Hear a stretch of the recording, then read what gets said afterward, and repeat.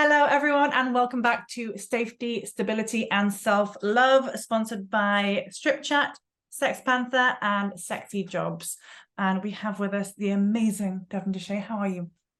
I'm good. How are you?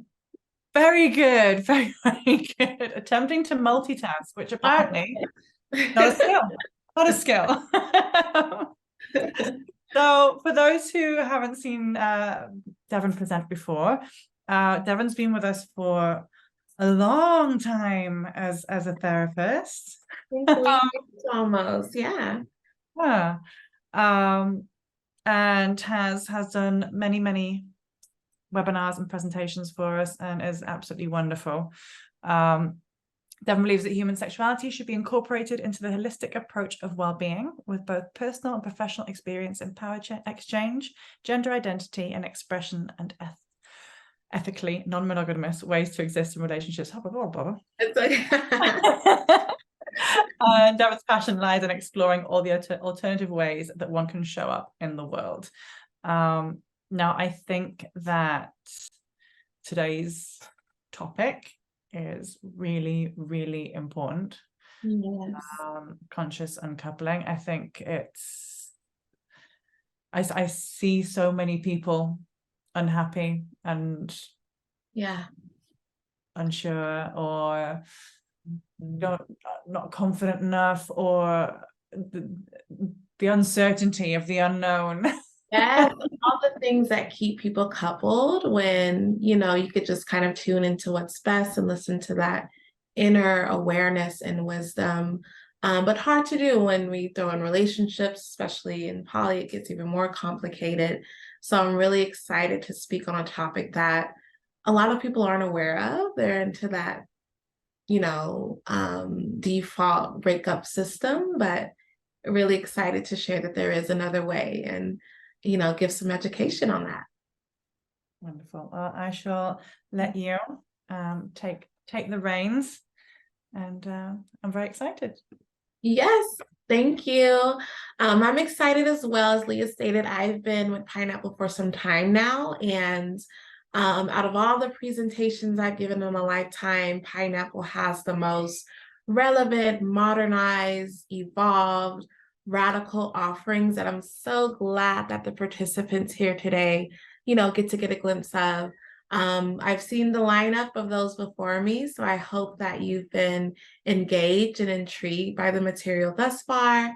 I hope I could keep up with it, but my flow is very much unstructured. I'll have some slides, but I tend to stray away from that because I like the on-demand dialogue and participation.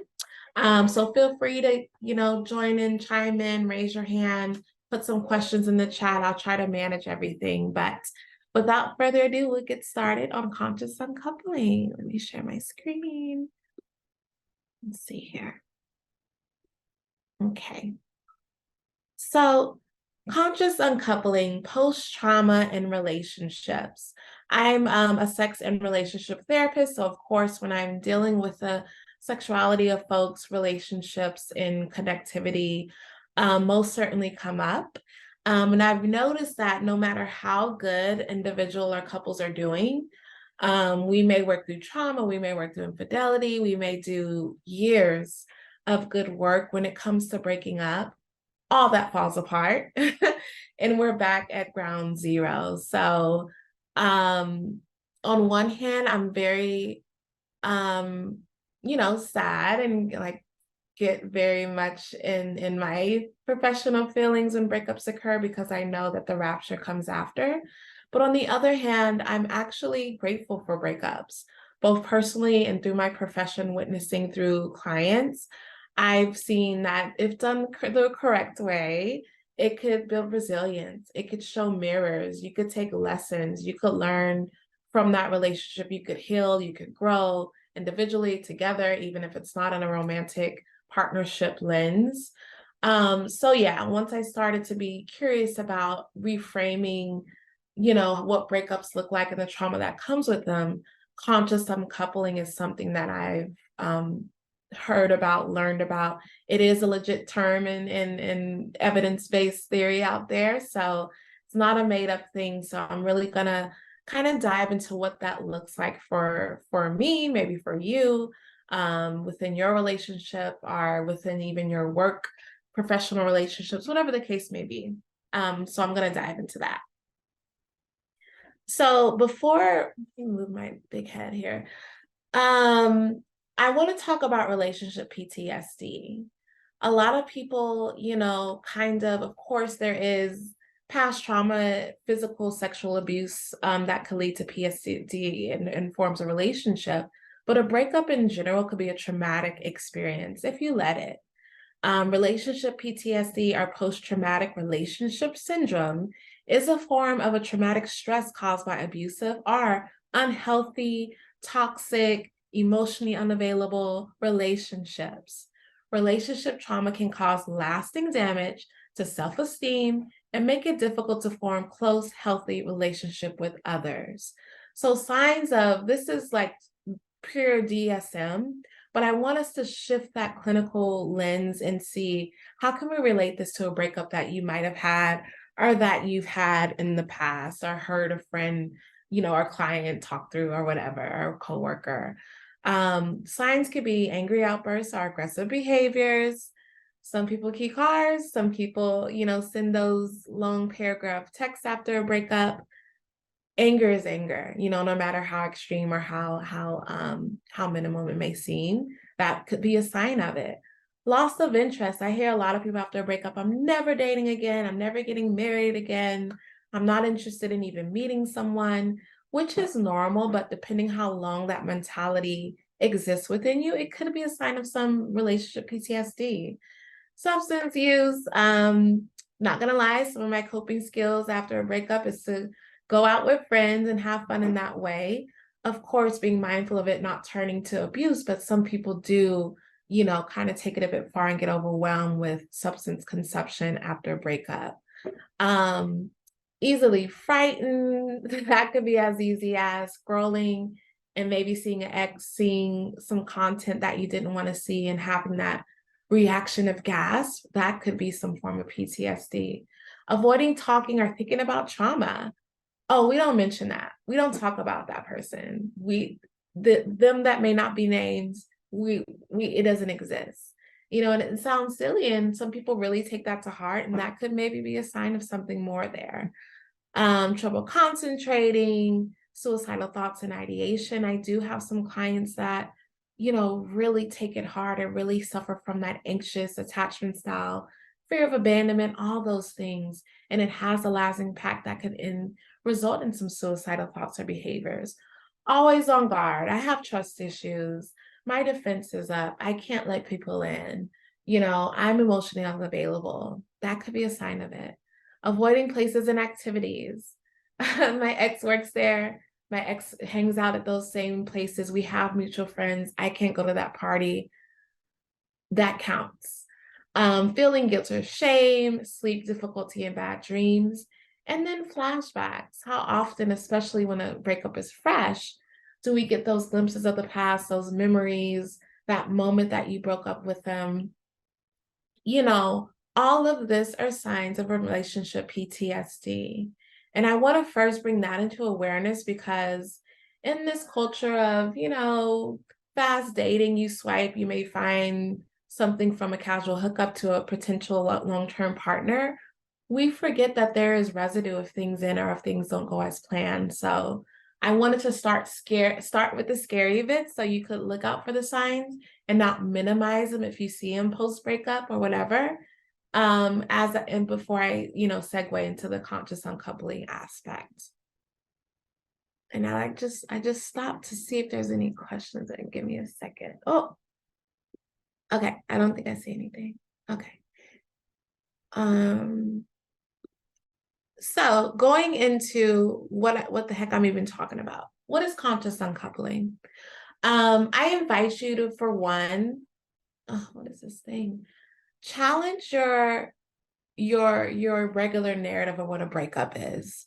Typically dramatic, typically tears, screaming, all the things, throwing things, then feeling, there's a whole little cycle for it, then feeling bad about yourself, looking back on things, feeling time is wasted. It's a whole lot of negativity, both internally and externally, that goes into relationships.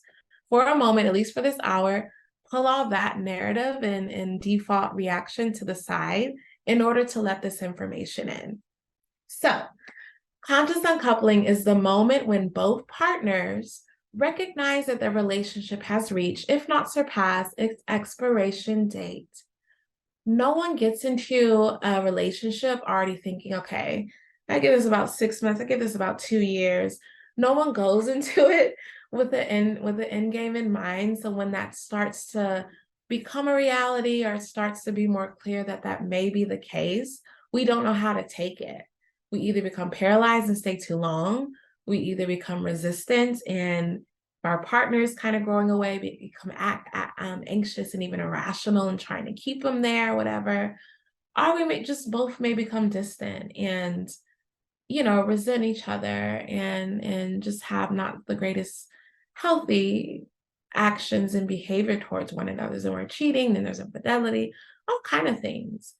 Conscious uncoupling puts all that to rest by saying, okay, if we could both agree, like, you know what, we had a good run here. I think it's time to conclude this. Or, I'm open to trying couples. If that doesn't work, we're going towards terminating. I'm open to maybe opening up the relationship with that. It's being more conscious and aware of what you both need right now, even if that means ending things. So that's the number one, thing about it. And actually, a lot of couples that come to me are kind of in that phase. We're like, let's try this. If it doesn't work, we have the safety of a support professional to kind of lead us down the many scenarios that this can go. But at least we're on the same page that we need something different. So that's number one. Conscious uncoupling is also the process of ending a romantic relationship in a way that is respectful, compassionate, and mindful of both parties. Probably the hardest part, especially if you're the one that's being broken up with. It's hard to be like, all right, that's cool. Let me be mindful to you. Let me be compassionate. Let me just turn in. It's easier said than done. Or maybe even if you're the one breaking up and had your reasons to doing so, still being respectful, especially betrayal or infidelity, whether cheating was the case, still being compassionate. These are hard things to do, but you not only owe it to yourself, but your partner in the relationship in general to kind of operate out of this. At the end of the day, no matter how it ends or how ugly it gets, you did love that person in a point in time, and you for sure hopefully have love for yourself to at least try to offer and invite this type of dynamic and atmosphere for uncoupling. If for whatever reason that can't be obtained, then maybe conscious uncoupling isn't the route for you. Maybe you do need to cut turkey, blocking everything. Maybe you do need, all right, yeah, this is just coming to an end. But at least try to understand that this can be an option for you. It doesn't have to be hard. It doesn't have to get ugly. And the last point, the most important part, is conscious uncoupling requires the awareness of the state of the relationship and taking a realistic look at the potentially destructive course it may take should it continue. To put it simply, looking at those red flags. Those are easy to ignore in the beginning, the honeymoon phase, oh, I could change them. We could work on that. We could grow. We could build. But if those red flags continue to red flag, then you need to be more realistic. Like, hey, if we continue this relationship, what's going to become of me? Will I be more traumatized? Will I feel less heard, less seen? Will I continue to feel like I'm investing in an emotionally unavailable partner? That sounds easy to do, but a lot of people cannot have those real conversations with themselves, let alone their partner. But again, conscious uncoupling is all about owning it to yourself. That's kind of the uncoupling part. I think as couples and relationships and group dynamics, we think of the collective, we think of the partner, we think of, compromise and all those great things. But the more you start to uncouple, the more you return home to self. And with the right awareness and compassion and mindfulness, you know, you could be more realistic at things and kind of take yourself outside of the relationship, kind of be like, okay, wow, yeah, I can't keep this up. I can't continue this. So that's the most important and hardest part for people to see. And again, with the help of a, you know, trained professional or coach or therapist or whatever, it may be easy to have that third person kind of point out and name the red flags that you may be desensitized to. So that's kind of conscious uncoupling in a nutshell. Before I go into the important steps in order to do so, I wanted to see if there were any questions already. I know it's a very new concept and against a lot of that traditional Hollywood breakup that we've been, you know, digesting for years. All right, well, I will keep going. Okay. So, how to do it? I'm big on steps. So, I'm going to have 5 easy ones for you and kind of go into further, more detail with each step as we go. Again, you know, there are steps, but they're not prescribable to all situations and dynamics. Some people have to factor in kids. Some people have to factor in ugly divorces and lawyers and splitting assets. Some people have to factor in if they were dating someone narcissistic or abusive or, you know, so all those things are to keep in mind that maybe these 5 steps aren't as realistic for you, but try to take what you can, if one, if not all, some in between. But the first step to conscious uncoupling is you want to find emotional freedom. What does that mean? What is emotional intelligence? What is being tapped into our emotions? You got to understand that you were probably operating off of one emotion for quite some time now in a relationship, whether that's anxious attachment, whether that's fear and anxiety, whether that's being overwhelmed, whether that's being depressed. You need to understand that in order to consciously uncouple, the end game is you to bring back feelings of joy, of peace, of stability and security for yourself. Laws of the universe, you take away something, you replace it with something else. Laws of therapy, you end a relationship, you conscious uncouple, you replace it with something else, and of course that's going to be returning to self. So finding your emotional freedom in that is within itself. Even if you take this step, log off, and that's all, that's everything. You know, understanding, you know what? This relationship brings me a lot of turmoil, distress. I don't like who I am in this relationship. I'm going to choose to be free of this. That's no little thing. So that's the first step that you want to do. Figure out where you are emotionally in this relationship and the freedom that could potentially possess once out of it or once uncoupled from it. And that kind of segues into number 2, reclaiming your power in your life. I mean, dang, a lot of couples, they have plans together. Oh, we want to do the white picket fence thing. You know, they wanted it in the Hamptons, but I'm settling for what we can afford in Jersey, whatever. I'm just giving examples, but a lot of compromise and going to couples. Some people miss out on job opportunities for that. Some people miss out on sexual or exploration because of their couple dynamic. You know, a lot of stuff gets suppressed and put on the back burner. You know, maybe conscious uncoupling is your chance to return to self, reclaim my life back. You know, before this relationship, I had my own dreams and my own goals. Maybe it's time to revisit that. You know, before I became a wife or a partner, you know, I had a certain lifestyle that I actually really miss. Maybe it's time to reclaim that and get back to my power within that. So that's a big one within itself as well, along with emotional freedom.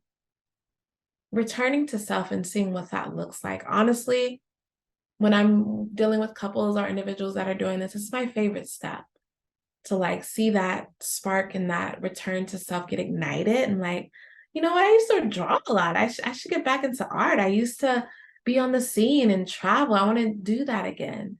Them getting back to what was lost is my favorite part of it and makes it worthwhile of dealing with the relationship and breakup stuff. And in doing so, again, it segues into breaking patterns, healing the heart. I've witnessed couples every week. The pattern is to argue for the whole hour session. They pay me to argue within session. That's their pattern. And as a witness, I'm secondary, triggered by that. I could imagine what that's like for the two, our group dynamics that are experiencing that head on, day to day, week to week, whatever. Imagine if that pattern is broken.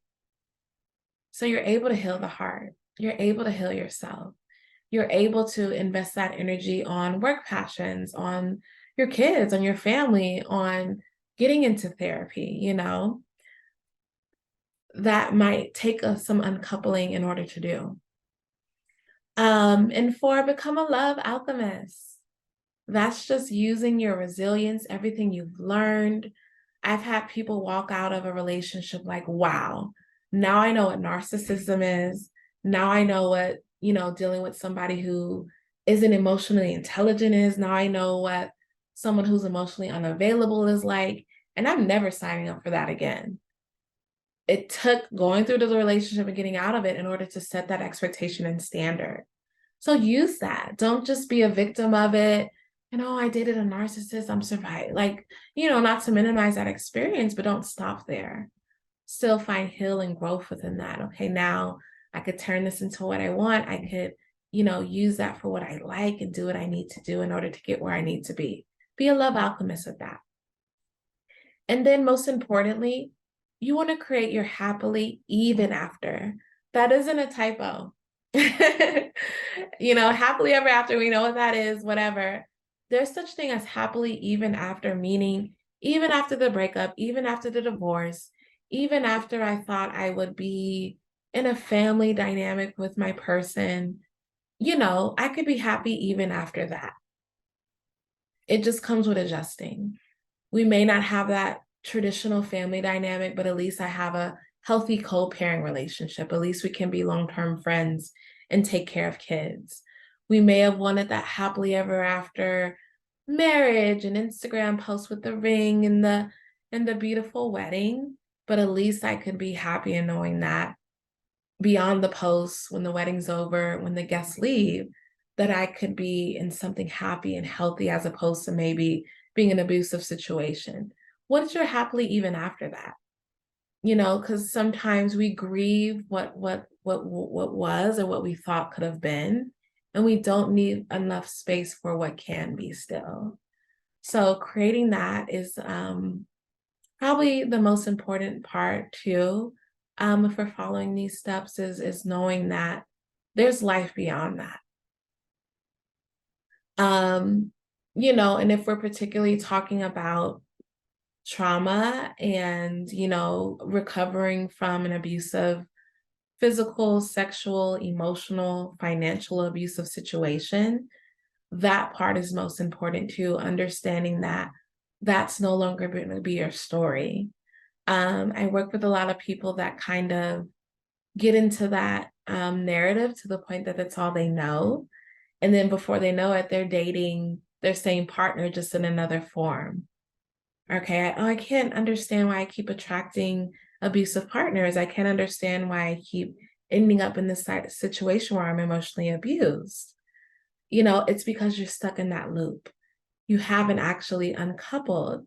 Maybe you've uncoupled from the person itself, but not the energy and the emotion and the overall system and narratives around that traumatic experience.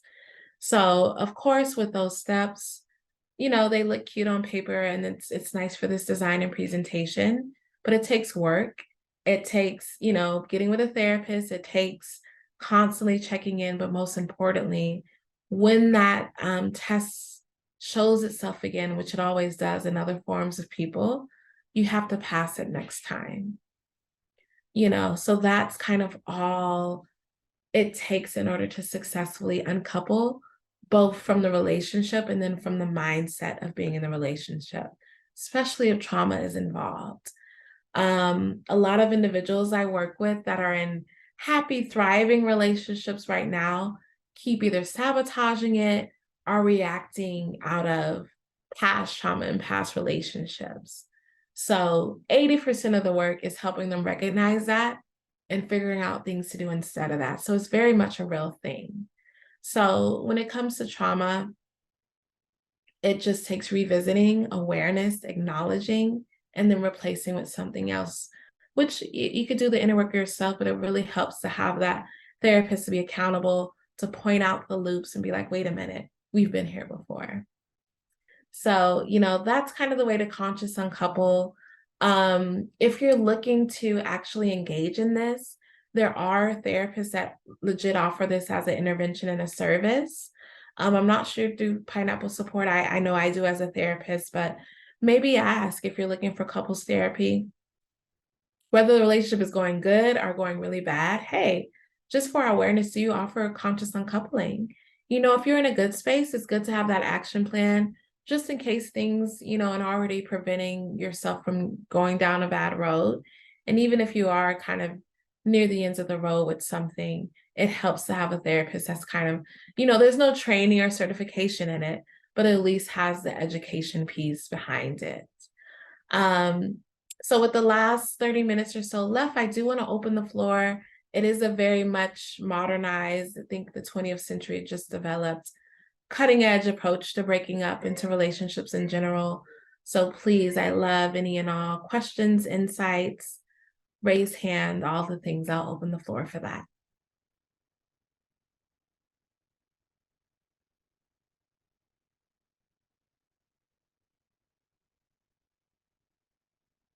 Get my box open.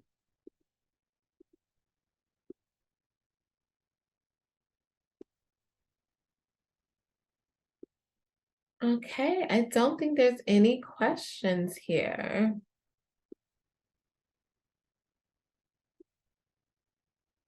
Okay, Sarah, thank you. How does one get over the anger of a breakup? Really good question.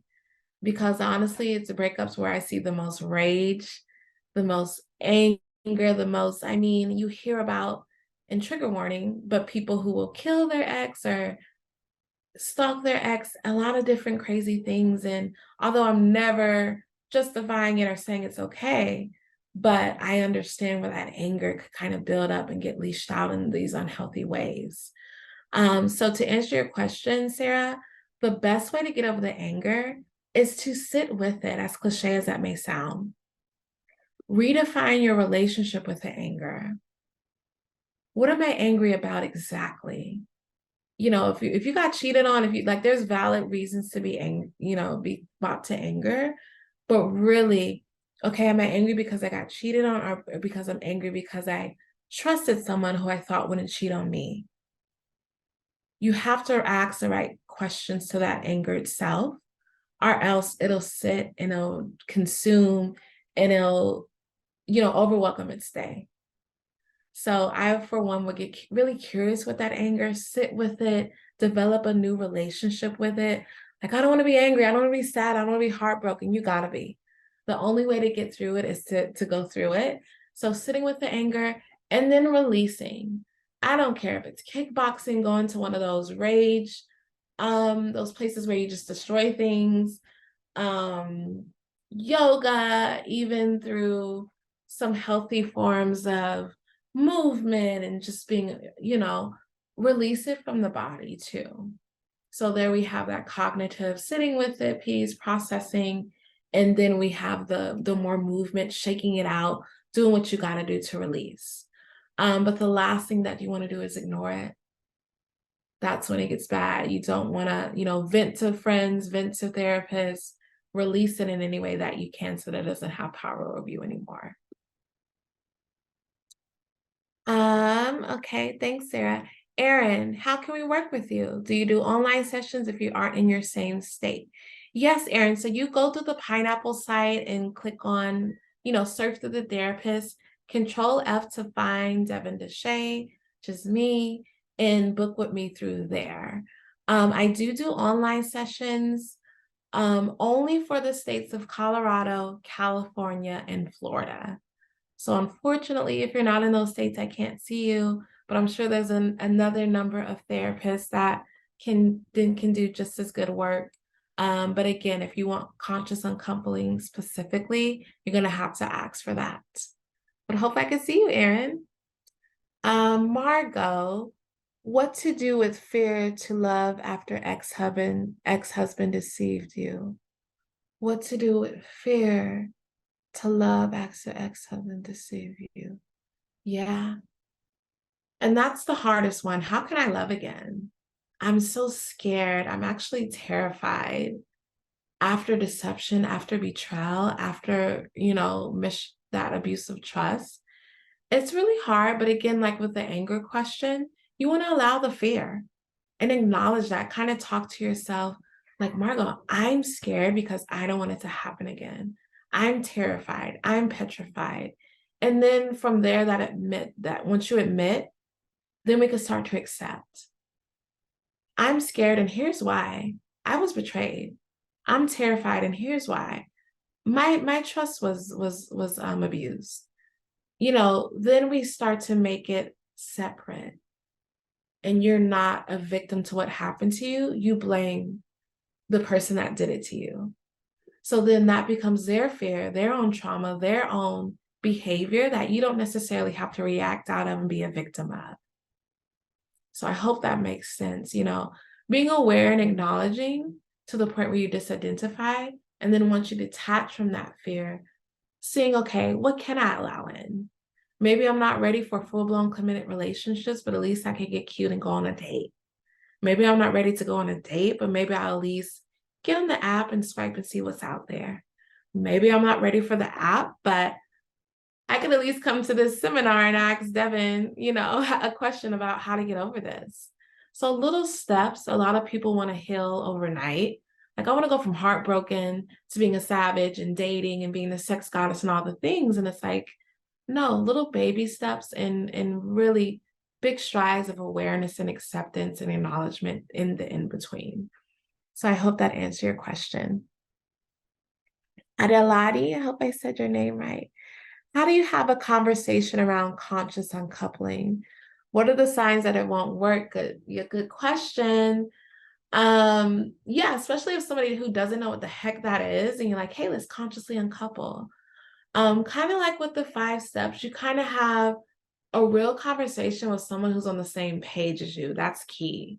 If they're not on the same wave, if they're still very much invested and in love and making things work, it's maybe not a good fit. But if you're both noticing, you know what? I felt, we've tried everything and we're possibly reaching the end here. Have you heard of conscious uncoupling? It's this thing where we have a very much respectable and trauma-free breakup, where we acknowledge where we strengthen each other, acknowledge where we kind of were destructive towards one another, and if we continue, it'll be bad for both of us. That's kind of how you produce it, but it takes, again, it looks cute on paper, but it takes very much emotional aware and intelligent people who aren't operating off of emotion and feelings. So it's kind of like stepping into this. I'm going to put those to the side and act out of thought, reason, and logic, which a lot of people don't do, especially within a breakup. So that's kind of have to promote the conversation. And the signs that it won't work is if you present it and they're like, what? Or like, yeah, you just cheated on me. I'm not into that. Or yeah, this has been, if they're not in a place, those are clear signs that it won't work. Or if you're kind of in the setting where the therapist is kind of assessing that out for you, and they're kind of being clear that, okay, that's not best, then that's probably signs it won't work. And to be honest, there'll probably be more signs it won't work than signs that it will. But I still want to encourage y'all to try. Because even if you're in a place of conscious uncoupling and they're not, you could still use those 5 steps within your own system, within your own process. Sarah, some friends are taking sides during my breakup. Should I take it personally? I'm worried my ex is telling them very bad things about me. And again, just like with have that awareness. Take note. Like, okay, friends are taking sides. Are y'all really my friends? depending on the situation, I'm not sure, but a lot is going to be exposed to you, and not within the relationship, within the friendships. A lot of people say they're not only dating their partner, they're dating their family, people who get invested with family. Once they start switching up, take note of that and be aware. And not in a, petty way, like, oh, I see you, but in a, okay, I'm grateful for all that's revealing itself. Again, using it all towards your power and your authority and reclaiming yourself. Like, okay, I thought Auntie was down for me, but now she's trying to hook this person up with, and like, okay, I see you. All you can do is witness. And yeah, so I wouldn't take it personally.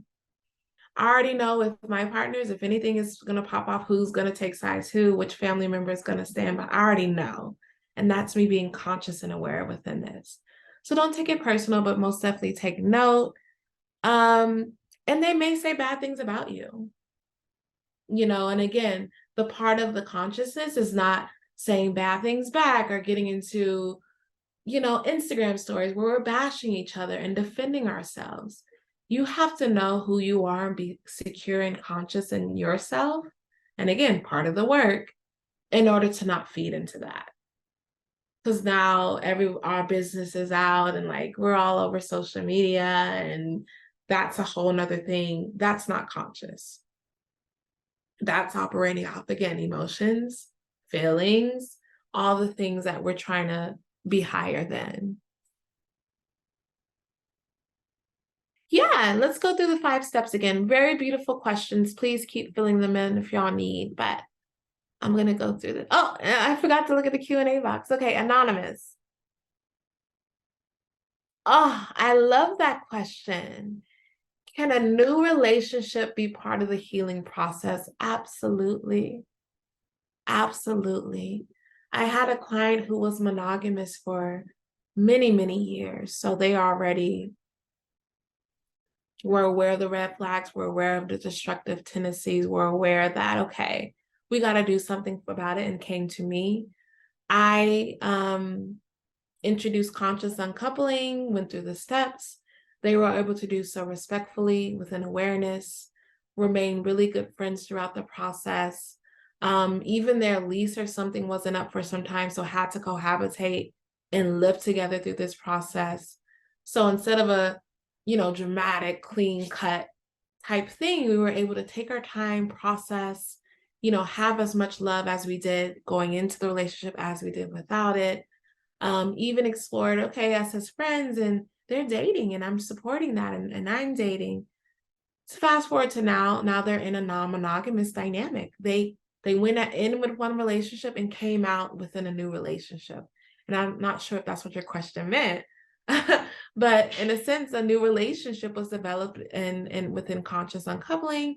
And now they've been together for another 2+ years within this new relationship dynamic. And again, if we did the whole breakup, cutting off, bashing each other, talking bad, that couldn't be accomplished. So really good question, anonymous. Yes. How do you consciously uncouple from a partner's family? And that's the hard part. I mean, I'm not gonna lie, I'm very family oriented. So if I date you, I'm dating the family and I'm part of the family and I'm moving in and I'm coming over. So depending on how, y'all kind of set these boundaries and conscious uncoupling, like, hey, you can still come around the fam. I think I have the capacity for that. Or, hey, we could keep talking, we could keep processing and seeing each other through therapy, but I don't think I can handle you still coming around the fam. These are things we have to discuss. And again, we can't do it without the conscious uncoupling, So I've seen it done successfully, but again, it's all about that person's capacity to allow happen. Especially if kids are involved, it gets even more tricky. But depending on the person, it may be a boundary that they set and that you have to respect if you want this to go, the right way and with compassion.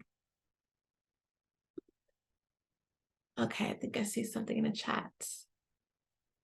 Okay, I didn't forget the 5 steps. I'll do this last question from Erin and then revisit the 5 steps for everyone. And let me clear answered. Okay, those have been answered.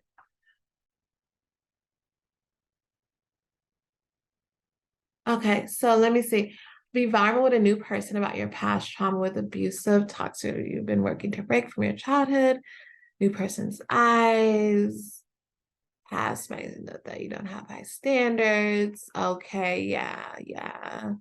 Say you're interviewing for a new job. If they saw that your last jobs pay you very little, they might not. Oh, that's a good example. Yeah, I get that. So telling, potential new partners about past abuse, if and when it's a good time to do so, I think they should know. They should know, but it's up to you to see if they're going to manipulate that. Are you, like with the pay example, still give you low pay, still treat you like shit, It's up to you to kind of monitor that. But I do think it's fair not to trauma dump within the first date or so, but maybe when you've been dating around and you see, okay, this person is safe, I think I'm gonna be with them for a while. Then maybe start to say, you know what, I'm coming from some very abusive and traumatic dynamics, and I don't want them to bleed over into this. So here's how we could hopefully avoid that. If you have the language and awareness to communicate that and set expectations, great. But a lot of the time, people don't know. People don't even think to ask this question, and it just sabotages their relationships without them knowing. So first, again, through therapy, yourself, inner work, processing, really map out, write it out on paper, the ways of which this past trauma in relationships could continue to haunt you. Like, yeah, I have trust issues, or yeah, I can't express myself because every time I did in my last one, I either got minimized or was told to shut up, or completely got erased there. Get a list out so you could think clearly of how to communicate that to someone else. And then if someone, your new partner, if they're wanting to actually grow and respect the relationship and see things advance, they're gonna say, okay, tell me more. Like, okay, they're gonna ask follow-up questions like, okay, yeah. So when I do this, like when I am leaning in, is that kind of combating your feelings of being emotionally cut off? Okay, when I kind of take an hour or so to just process, does it make you feel abandoned like you did in that previous relationship? So kind of like maintenance, kind of like setting a meeting. Like I tell my couples every once a week, set an hour out to just really process things this week that might have showed up that took you back to another dark place, and things that worked. Let me give you praise for that. I need more of that. I need to see that consistently in order for this relationship to flourish. So don't feel like you're being a burden or coming with this emotional baggage of past trauma, because I'll say we all have it. Day to day, hour by hour, I sit through sessions where everyone is coming, like my work, my job is to hear everybody's trauma and past things and how it's affecting them now. So don't feel like you're the only one, and don't feel like you're too much or too broken or unlovable or whatever just because you've been through some things. So I hope that answered the question. But yeah, first getting clear on how that past stuff has influenced you now, both internally and externally in relationships. And then once you're safe with that partner or partners, communicate that to them. Hey, when you do this, it takes me back to feeling like that.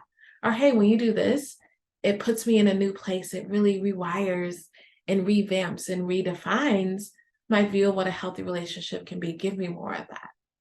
So really just naming it, calling it out, and communicating it. Okay, so last 15 minutes, I'll go through the 5 steps again. Let me know if I need to slow down or if we have questions that emerge while I do so.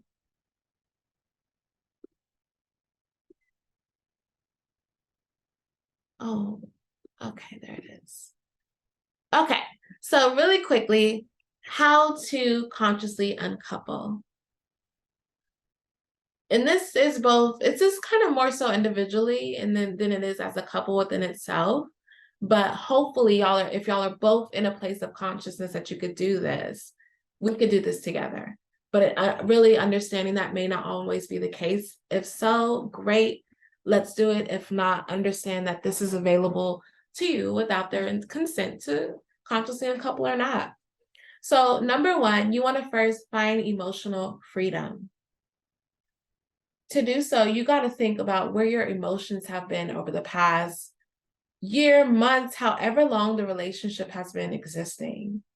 If within this relationship you've had anxiety, if you are depressed, if you are stressed out, if you are overwhelmed, if you are understimulated, if you're not pleased sexually, this is all what your emotional baseline has been for however long you've been in that dynamic. And of course, it gets more complicated the more people we add on there. So once you have that baseline of how you've been operating, you then found emotional freedom by seeing what meets you on the other side of that. I've been stressed, I've been anxious, I've been crying every day with this person. Emotional freedom is knowing that when I get out of this relationship or when I uncouple from this, I'm going to be stress-free. I'm going to have more energy for my loves and my passion and my works. I'm going to be in a place where I could go to therapy, where I could go to support, where I could go hang out with my friends who are going to, pour the wine and vent about this and make me feel better. That's all emotional freedom that probably was not an option for you for as long as you've been in a relationship. Even if you're in the most healthy thing, whenever you add another person into your world, your emotions and thoughts and feelings or behaviors are inevitably affected by that person. So that really isn't true freedom. So finding that emotional freedom is the first step into doing so. Number 2, you want to reclaim your power in your life. Our life, whether we want to admit it or not, gets influenced or dictated by relationships. Depending on how severe, these are just examples, but I can't go to that party. I can't go to that sex club. I can't talk to this person. I can't take that job offer in Hawaii because we got, a lot gets compromised. A lot of our dreams and our passions and even our purpose gets placed on hold when we want to pursue companionship. And, not in a negative way. That could be very beautiful. You could be a power couple. You could do all the things. But more likely than not, you had your own path laid out before any relationship dynamic. So you got to reclaim all of that, your power, your overall life back is the second very important part to consciously uncoupling.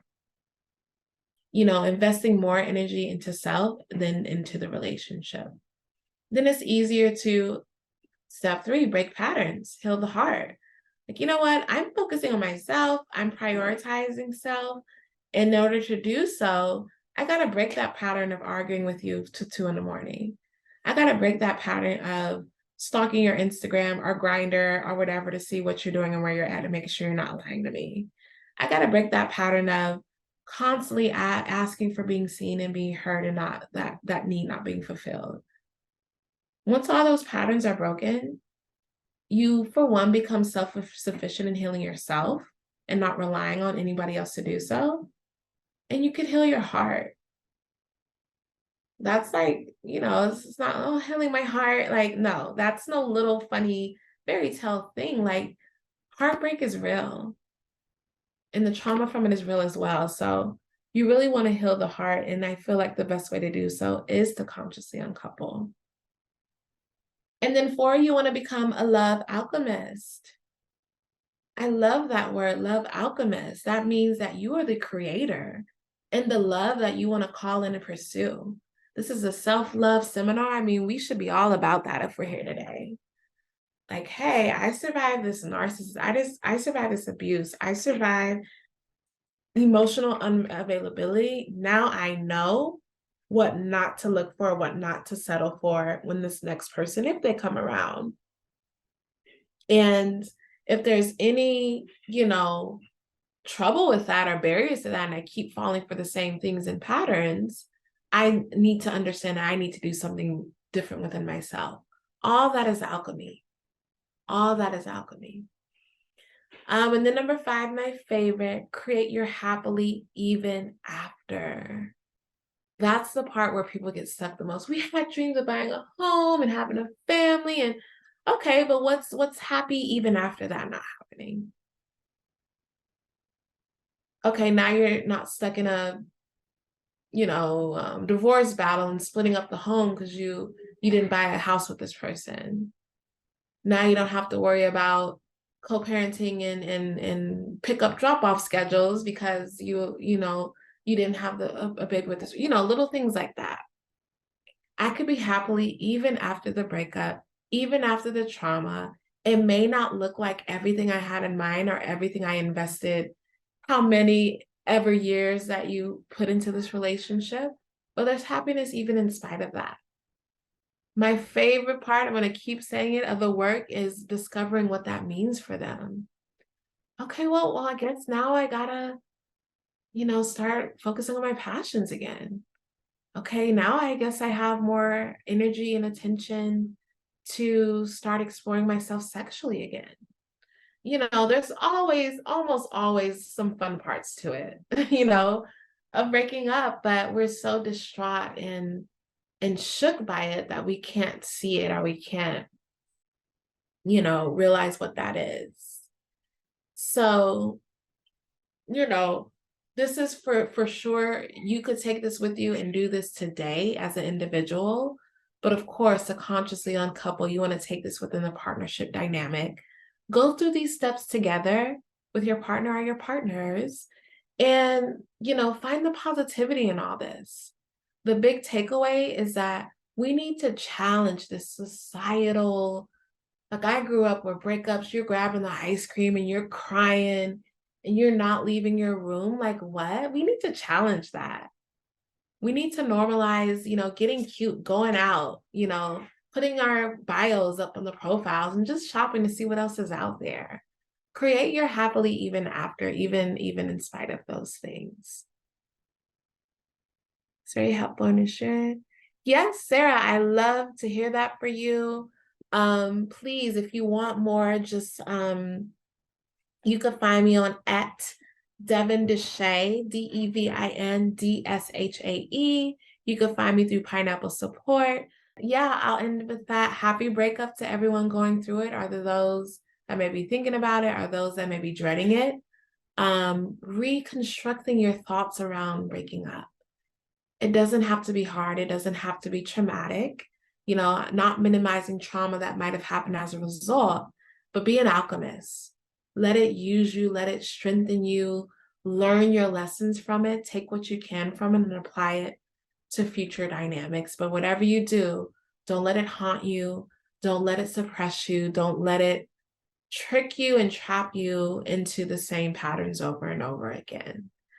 Thank y'all for engaging. I see that there's some fun workshops right after me. I'll be doing the 6 o'clock as well, 3 o'clock Pacific, with loving yourself. So really tying into this too. So hope to see y'all there. Thank you so much. It's been wonderful. And I think everyone that's attended this has taken something from it, which is great. It's such everyone has been through a bad breakup, I think, or at least even if it wasn't a bad breakup, the emotions afterwards are tough to cope with. I know most of my exes, I'm very good friends with them, but at the time it still really hurts. Even if it isn't a conscious uncoupling, there is that feeling of loss. So, and there's always a transition. So I think this has been wonderful. Really wonderful. And the next presentation we have, which I think is actually the perfect follow-on, is with Stephen Malura, and it's Petrified of Saying No. So I think people pleasing and not wanting to what's the term I'm looking for? Rock the boat. Yeah, keeps you stuck for years, and you look up and it's like, wow, my whole life has been built on that no that I couldn't say at the time. So Stephen's great. Shout out to Stephen. I think y'all are going to learn a lot. And I agree. It's perfect follow-up for this conversation. Well, thank you very much again. And for anyone that would like to speak to Devin, you've given your Instagram, and is it the same for your Twitter? No, I'm not on Twitter. Yeah. So Instagram, the Pineapple platform, is the best way to find me. Fantastic. Thank you so much. And we will see you in a couple of hours. See you. Bye.